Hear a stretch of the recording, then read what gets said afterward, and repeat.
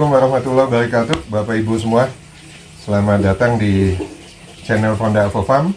Kali ini saya dan Pak Bambang sedang santai karena rencananya pagi ini kita mau panen cabai, cuma karena hujan ya. Ini udah seminggu ini hujan terus. Kita dengar dari Pak Bambang nih yang sudah pengalaman di tumpang sari cabai. Gimana sih tipsnya supaya cabai kita rawat pada saat musim hujan sehingga nanti hasilnya juga bisa maksimum? Kendala utama untuk petani cabai itu memang di iklim. Iklim ya. Di iklim. Terutama di iklim hujan. Musim kemarau biasanya tuh yang menyerang ke tanaman kita tuh lebih ke hama. Oke. Nah, di situ semua hama tuh datang semuanya. Yang nggak diundang pun juga datang. Wow. Di musim kemarau. Nah, terus kalau di musim hujan yang datang itu bukan hama tapi penyakit. Nah, yang lebih parahnya lagi, kadang-kadang iklim yang kita perkirakan hujan musim kemarau ternyata dia malah masih masuk ke musim hujan. Contohnya seperti sekarang ini. Nah, ini juga fenomena ya di tahun 2025 ini yang harusnya musim kemarau di bulan Mei ini ternyata malah hujannya hampir setiap hari, siang malam masih juga hujan. Nah, itu menjadi momok untuk petani cabai gitu. Nah, kenapa dibilang itu menjadi masalah? Karena gini, datangnya hujan itu otomatis akan menambah kelembapan di sekitaran tanaman cabai. Satu itu. Nah, dengan kelembapan itu juga mengundang dari jamur. Kemudian juga pH tanah ketika diguyur hujan terus siang malam, pH tanah juga otomatis akan ngedrop. Di samping itu juga pH dari pH air yang datang yang turun itu juga sama, dia datang dengan kadar yang lumayan asam, nanti otomatis akan pengaruh di permukaan daun, batang segala macam, itu pun juga sama, akan mudah untuk terjangkit penyakit, terutama misalnya penyakit yang paling sering datang tuh di kondisi seperti ini yang kelembabannya tinggi itu busuk batang. Oke. Jadi gimana caranya mempertahankan pH tanah supaya tetap subur, Pak Bambang? Jadi setelah hujan itu gimana, Pak, treatmentnya? Setelah hujan, kalau setelah hujan tuh perawatannya wajib ya. Jadi ketika datang hujan, terutama malam ya, Malam ya? malam. Paginya harus juga diaplikasikan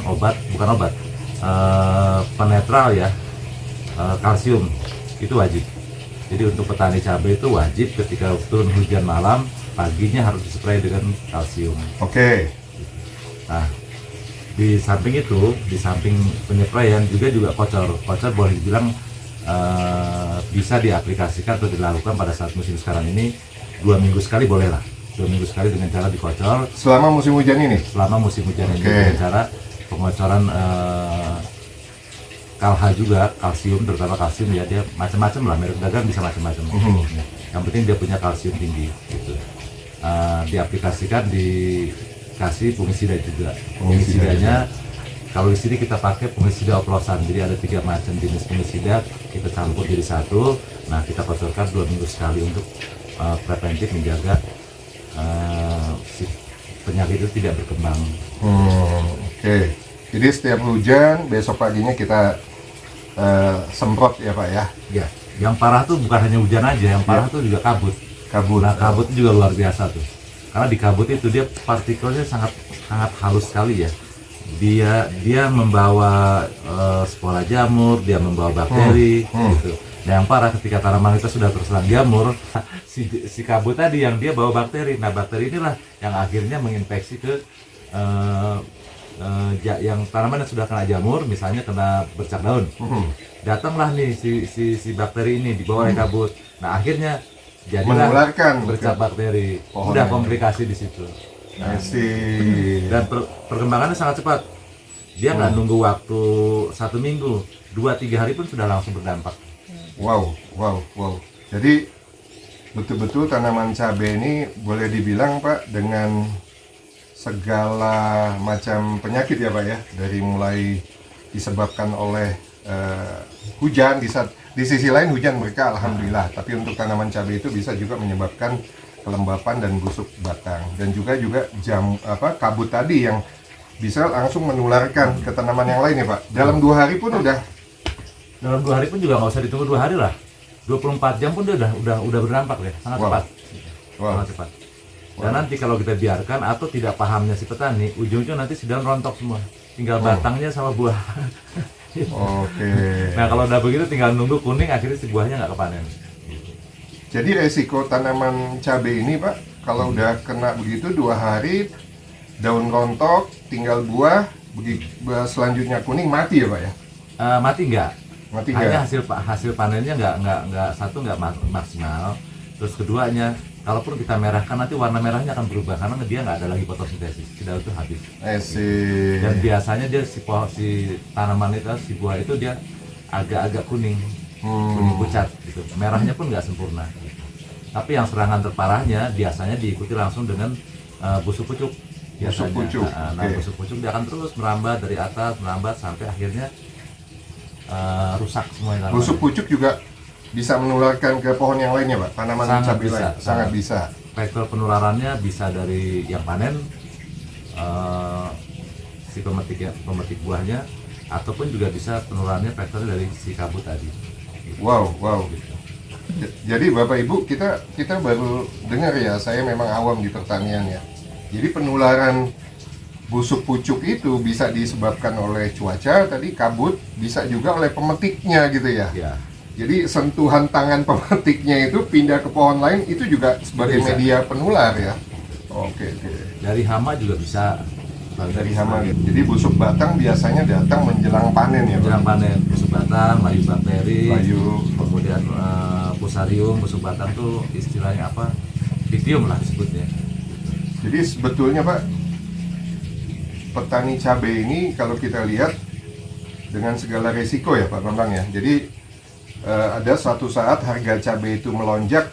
Jadi kita semua tahu nih kenapa harga cabai itu melonjak, karena butuh ekstra biaya perawatan ya, karena perubahan cuaca, karena rentan sekali cabai ini. Nah terus apa lagi nih Pak inputnya Pak? Jadi kalau petani cabai itu kalau saya bilang ahli drama Pak. Kenapa Pak? Iya, kadang-kadang dia nangis sedih ya, tiba-tiba dia juga senyum ketawa lebar gitu. Petani cabai itu ahli drama Pak Ahli Bambang drama, bilang. iya. Kadang-kadang nangis, kadang-kadang senyum ya. Iya. Oke. Dia nangis ketika tanamannya bagus tapi harganya nggak bagus. Nah, dia sedih tuh, dia boleh-boleh dia pukul jidat dia sampai ke belakang tuh. Tapi kalau dia pas lagi kena harga cabai misalnya lagi tembus di angka 50 up ke atas, nggak usah diajak, nggak ada yang ngajak senyum pun dia udah senyum sendiri. Oke. Bapak Ibu, Pak Bambang bilang bertani cabai ini seperti main saham ya. Ya, naik turunnya itu kapan kita win ya. Iya. Kapan kita gain. Biasanya gain itu menjelang Natal, Tahun Baru, Idul Fitri, itu gain tuh.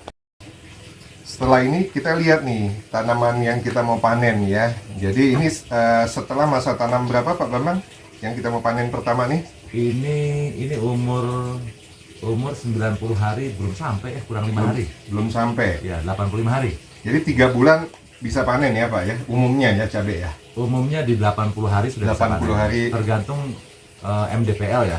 Tergantung Kalau MDPL. untuk MDPL di 300 sampai di 500, perkiraan panen itu di umur 85 hari. Tapi di usia panen pun sebetulnya bisa disiasati.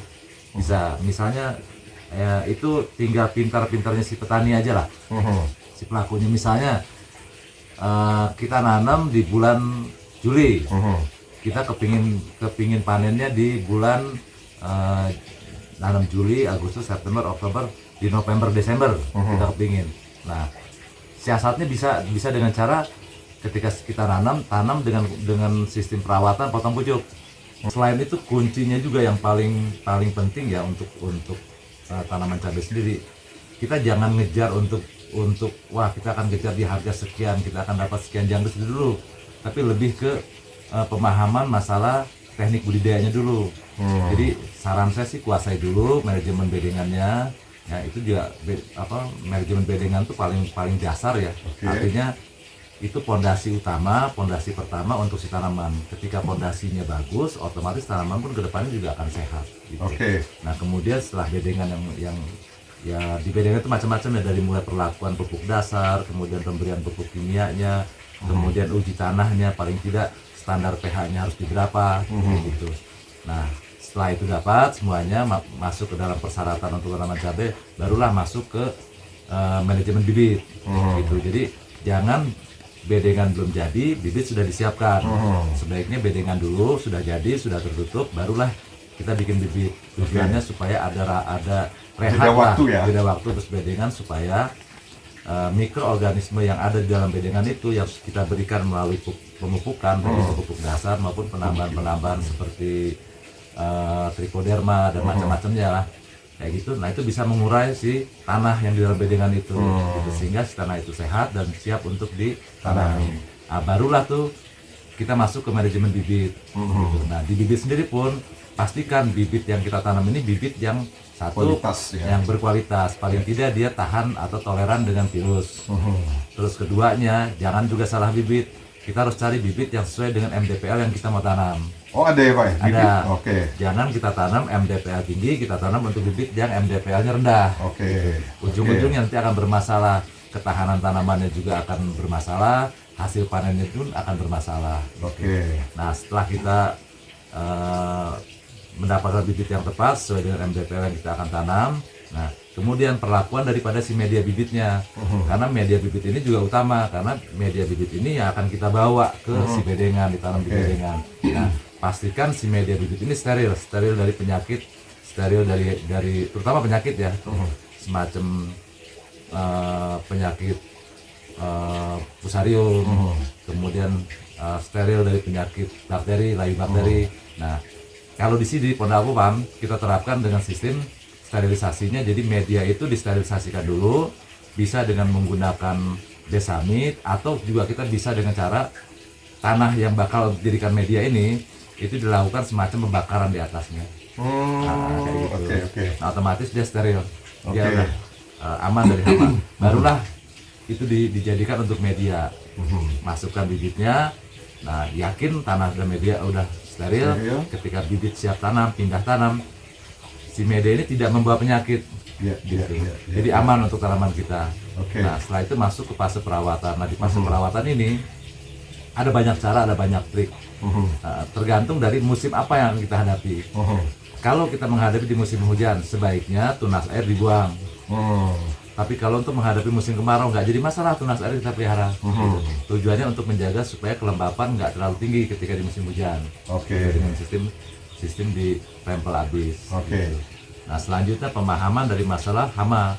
Hama apa aja nih yang bakal datang sana nih. Nah di cabai nih itu benar-benar paket lengkap. Jadi hama yang terlihat sampai yang tidak terlihat semuanya ada. Itu aja. Sama pemahaman ketika tanaman masuk ke fase vegetatif. Unsur apa aja yang harus dikasih. Misalnya pupuk dengan formula pupuknya, prosentasenya seberapa dari unsur makronya maupun mikronya. Terus kemudian masuk ke generatif, unsur apa yang harus diperbanyak. Jadi ilmunya lumayan ya. Lumayan. Wow. Jadi kalau di summary Bapak Ibu, untuk menanam cabai ini pertama manajemen bedengan dulu nih Pak Bambang bilang. Ya, bedengan itu kita buat di mana ada pupuk dasar, pupuk kimia. Kita juga pastikan pH-nya gitu ya. Nah, setelah bedengan selesai barulah kita mulai manajemen bibit ya. Manajemen bibit pun harus bibit yang kualitas ya Pak Bambang ya. Terus harus steril. Ya, kalau di Ponda Avofarm tuh ada teknik khusus ya dengan pembakaran permukaan tanah. Nah, setelah steril dan sebagainya, sehingga nanti pada saat dipindahkan dari pembibitan ke bedengan itu tidak membawa penyakit gitu ya. Nah, setelah itu barulah manajemen pemeliharaan ya Pak Bambang ya. Betul. Nah, manajemen pemeliharaan itu kita bisa lihat tuh. Nah, setelah itu ada lagi nih tahap yang terakhir apa? Harus tahu hama apa yang biasanya menyerang, penyakit apa yang biasanya menyerang ya. Dan itu jangan salah. Kalau kita nggak kenal hama dan penyakitnya, nanti salah treatment, jadi malah biayanya tinggi ya, dan malah tanaman nggak efektif tuh. Satu lagi Pak. Oh, satu lagi. Saya yang paling susah tuh menangani hama yang ini, hama yang kepala hitam. Nah, itu susah tuh hamanya. Bapak Ibu, ada satu hama yang paling bahaya Pak Bambang bilang, hama kepala hitam gitu ya. Itu tuh cabai tuh. Itu ampun nih kalau itu. Jadi harus dijaga siang malam. Nah, panen cabai harus dijaga. Oke, dari saya itu aja. Saya dan Pak Bambang memohon pamit. Semoga ada manfaat dan berfaedah, menambah ilmu dan pengetahuan Bapak Ibu semua, khususnya petani cabai. Sekian, sampai ketemu lagi di video berikutnya. Assalamualaikum warahmatullahi wabarakatuh. Waalaikumsalam. Alhamdulillah, kita alhamdulillah mulai panen cabai.